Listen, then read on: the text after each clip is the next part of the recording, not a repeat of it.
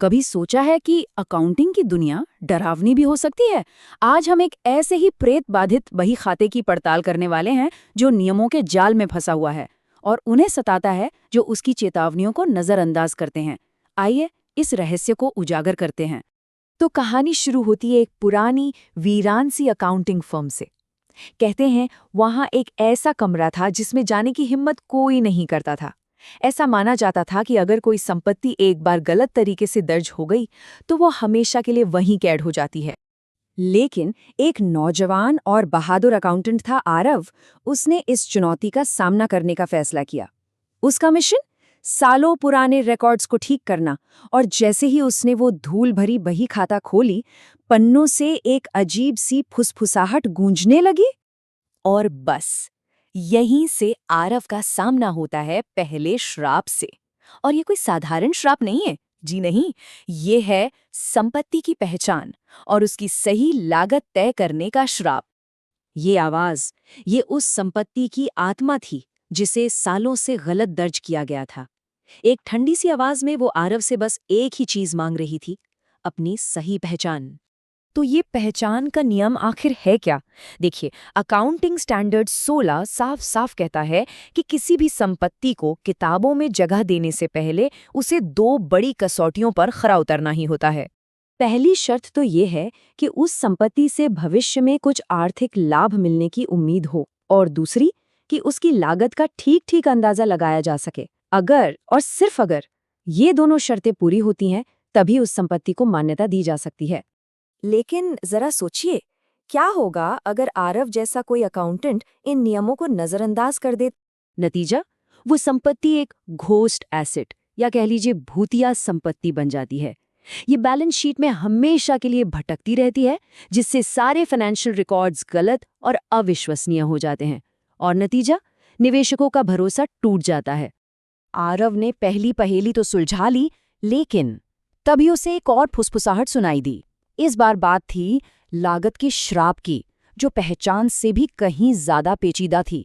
मतलब किसी संपत्ति की लागत सिर्फ उसका खरीद मूल्य नहीं होती, नहीं, इसमें तो इंपोर्ट ड्यूटी, उसे इंस्टॉल करने का खर्च और उसे काम करने लायक बनाने के लिए किए गए सारे सीधे खर्चे भी शामिल होते हैं। और तभी एक परछाई चीखी। ये एक चेतावनी थी, एक बहुत जरूरी चेतावनी। कर्मचारियों की ट्रेनिंग का खर्चा या फिर जो सामान्य एडमिन के खर्चे होते हैं, उन्हें कभी भी संपत्ति की लागत में नहीं जोड़ा जाता। ये एक बहुत आम गलती है जो पूरे बही खाते को श्रापित कर सकती है। चलो, आरव ने लागत का श्राप तो तोड़ दिया, लेकिन अब एक और आतंक उसका इंतजार कर रहा था।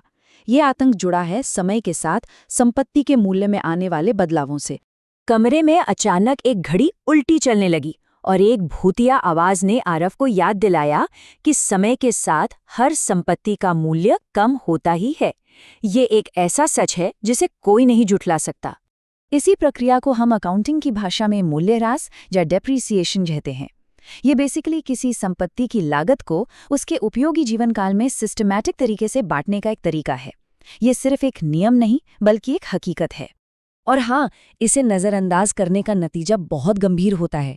अगर डेप्रिसिएशन नहीं दिखाया गया तो जो मुनाफा है वो बनावटी तौर पर बढ़ावा दिखेगा। ये फाइनेंशियल रिकॉर्ड्स पर एक ऐसा श्राप है जो कंपनी की वैल्यू को झूठा दिखाता है और गलत फैसलों की ओर ले जाता है। अब इस मोड़ पर एक अकाउंटेंट के पास 2 रास्ते होते हैं। या तो वो कॉस्ट मॉडल अपना सकते हैं, जिसमें संपत्ति को उसकी ओरिजिनल लागत पर ही दिखाया जाता है, डेप्रिसिएशन घटाकर। या फिर वो रीवैल्यूएशन मॉडल चुन सकते हैं, जिसमें संपत्ति का मूल्य बाजार के हिसाब से ऊपर नीचे होता रहता है, मतलब अपडेट किया जाता है। अच्छा, अगर रीवैल्यूएशन मॉडल में संपत्ति का मूल्य बढ़ता है तो ये एक अच्छी खबर है, पर इस फायदे को सीधे मुनाफे में नहीं बल्कि अदर कॉम्प्रिहेंसिव इनकम में दिखाया जाता है। ये एक तरह का अनरियलाइज्ड गेन है जो इक्विटी को बढ़ाता है और बैलेंस शीट को एक गोल्डन चमक देता है। लेकिन सावधान, अगर संपत्ति का मूल्य घटता है तो ये नुकसान सीधे सीधे प्रॉफिट एंड लॉस अकाउंट में जाता है, मतलब मुनाफे को कम कर देता है। ये कंपनी की फाइनेंशियल हेल्थ को अंधेरे में धकेल सकता है। तो हाँ, ये एक 2-धारी तलवार है। तो आरव लगभग सभी पहेलियां सुलझा चुका था, पर अब बारी थी आखिरी और सबसे खतरनाक श्राप की। किसी संपत्ति को किताबों से हटाने की प्रक्रिया, जिसे हम कहते हैं डी-रिकॉग्निशन। जैसे ही आरव ने एक पुरानी, बेकार हो चुकी संपत्ति को हटाने की कोशिश की, पूरा कमरा जैसे जम सा गया और उस आवाज ने उसे चेतावनी दी कि किसी भी संपत्ति को यूं ही नहीं मिटाया जा सकता, इसके भी अपने नियम हैं। तो यहाँ सबसे जरूरी बात यह है, किसी संपत्ति को किताबों से सिर्फ और सिर्फ 2 ही सूरतों में हटाया जा सकता है। पहला, जब उसे बेच दिया गया हो या डिस्पोज्ड ऑफ कर दिया गया हो, और दूसरा, जब उससे भविष्य में किसी भी आर्थिक लाभ की उम्मीद खत्म हो गई हो।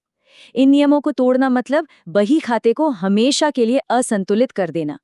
तो आरव सभी श्रापों से बच निकला और आखिरकार कमरा शांत हो गया। उसकी इस डरावनी यात्रा से हमें अकाउंटिंग के कुछ सबसे जरूरी सबक मिलते हैं। तो इस पूरी कहानी की सीख क्या है? ये 5 गलतियां हैं जो किसी भी फाइनेंशियल स्टेटमेंट के लिए एक श्राप बन सकती हैं।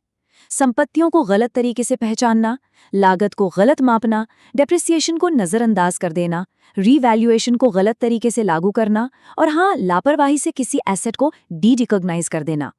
एक बात हमेशा याद रखनी चाहिए, अगर इन नियमों का पालन नहीं किया गया तो फाइनेंशियल स्टेटमेंट सिर्फ गलत नहीं होंगे, वो हमेशा के लिए प्रेत बाधित हो जाएंगे।